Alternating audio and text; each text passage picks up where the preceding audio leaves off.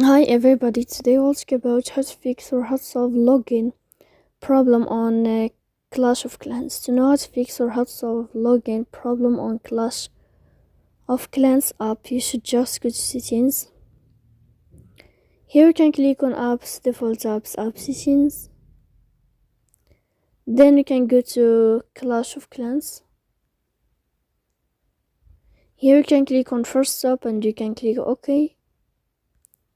Then you'll enter to the window of storage. Here you can click clear cache. Don't click leave data because that can cause the errors in your app. In the end, you can turn off your phone and you can wait a moment to turn on your phone again. So please don't forget to support us by like and subscribe. See you next time in another video, and thank you for your attention.